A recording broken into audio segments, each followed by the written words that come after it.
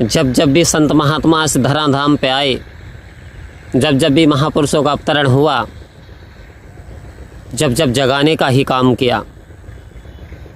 सहंसा बाबा अवतार सिंह जी महाराज ने तो अवतारवाड़ी की रचना में ऐसी ऐसी चेतावनी दे डाली हैं संत महात्माओं कि उठ जाग मुसाफिर भोर वही, अब रैन कहाँ जो सोवत है, जो सोवत है वो खोवत है, जो जागत है वो पावत है। कह रहे उठ जाग जा, अब भोर हो गई। और ये भी कह दिया जो जागत है वो पावत है, जो सोवत है वो खोवत है।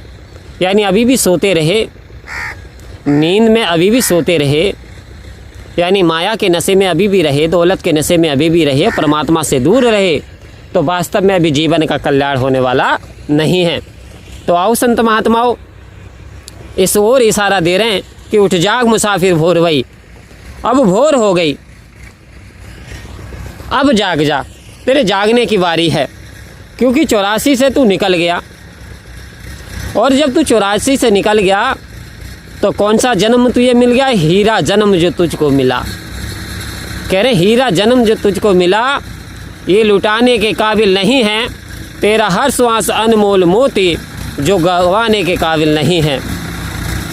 कहा कि अब ना संभला तो रोना पड़ेगा। चेतावनी दे रहे हैं, अब ना संभला तो रोना पड़ेगा, नरक में गर्क होना पड़ेगा, तेरा ऐसा बुरा हाल होगा जो बताने के काबिल नहीं है। आओ संत महात्मा चेतावनी, कह रहे हाल भी ऐसा होगा जो बताने के काबिल नहीं है, यानी वर्णन नहीं किया जा सकता। क्यों? कोई से शास्त्र को पढ़ो, कोई से वेद को पढ़ो, साफ साफ स्पष्ट किया गया है, जैसी करनी करेगा कोई वैसा ही फल पाएगा, सच्चा है दरबार साहिब का जो बीजे सो खाएगा। आओ संत महात्माओं, कह रहे जैसी करनी करेगा वैसा फल मिलेगा। ये है गीता का ज्ञान। गीता भी बार बार स्पष्ट कर रही है, शुभ कर्म करेंगे शुभ होता चला जाएगा, अशुभ करोगे अशुभ होता चला जाएगा। किसी की आंख में आंसू देते हो, आंख में आंसू दिया जाएगा। किसी के होठों पे मुस्कान लाते हो, आपके होठों पे मुस्कान ला दी जाएगी। प्यार बांटते हो प्यार मिलेगा, नफ़रत बांटते हो नफ़रत मिलेगी। तो कहा कि दगा किसी का सगा नहीं, ना मानो तो कर देखो, जिन लोगों ने दगा करे आज जाकर के उनके घर उजड़ देखो। आओ संत महात्माओं कह रहे हैं दगा मत करना, ईर्ष्या मत रखना, छल मत करना, कपट मत करना, क्योंकि अपवित्र कर देती है मन को। क्या अपवित्र जगह पे कोई व्यक्ति खाना तक नहीं खा सकता, तो क्या भगवान ऐसे अपवित्र मनों के अंदर विराजमान रह सकते हैं? हमें मनन करना होगा, हमें चिंतन करना होगा, क्योंकि ये भी कहा कि भगत के बस में है भगवान। अब कैसे संत महात्माओं के भक्तों के बस में भगवान आ जाते हैं? आओ संत महात्माओं, भगवान तो भाव के भूखे हैं। 36 प्रकार का भोजन दुर्योधन का त्याग दिया, क्योंकि दुर्योधन ने भी कहा कि खाना खा लें। उधर भगवान कृष्ण ने कहा दुर्योधन खाना खाने के लिए 2 चीज़ों का होना बहुत ज़रूरी है। कह रहे हैं क्या? कह रहे हैं एक तो खिलाने वाले के अंदर श्रद्धा होनी चाहिए, दूसरा खाने वाले के अंदर भूख होनी चाहिए। हे दुर्योधन, ना तो तुम्हारे अंदर श्रद्धा है और ना मेरे अंदर खाना खाने की भूख है, इसलिए मैं आपके यहाँ खाना नहीं खा सकता। और उधर विदुर के यहाँ साग बन रहा, दरवाज़ा खटखटाते हैं भगवान श्री कृष्ण, कहते हैं जी मुझे भोजन करना है, मुझे खाना खाना है। भगवान को स्वयं अपने हाँ करके पा करके विदुर रानी भी प्रफुल्लित हो गई, और प्रफुल्लित होकर के साग की ही सब्जी खिलाई, और बड़े प्रेम भाव से भगवान श्री कृष्ण ने उस भोजन को खाया। कारण क्या है?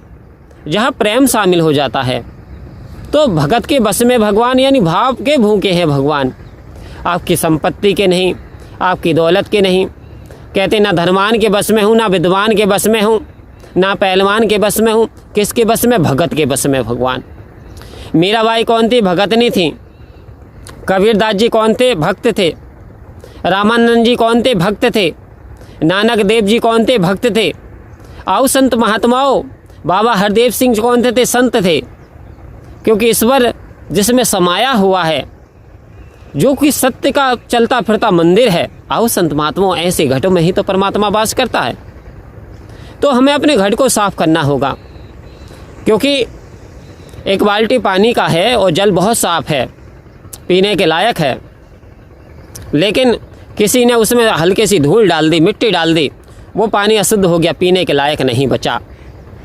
हमने सेवा भी की, सत्संग भी किया, सिमरण भी किया, और हम अवतार वाणी को भी पढ़ते रहे, संत महात्माओं के दर्शन भी करते रहे, लेकिन संत महात्माओं यदि हमारे अंदर ये अहंकार आ गया, हमारे अंदर नफ़रत आ गई, हमारे अंदर ईर्ष्या आ गई, तो समझो उस पानी के समान जो पानी खराब हो गया, ऐसे ही हमारे अंदर जो विकार उत्पन्न हो गए और हमारा जो पवित्र है वो अशुद्ध हो गया।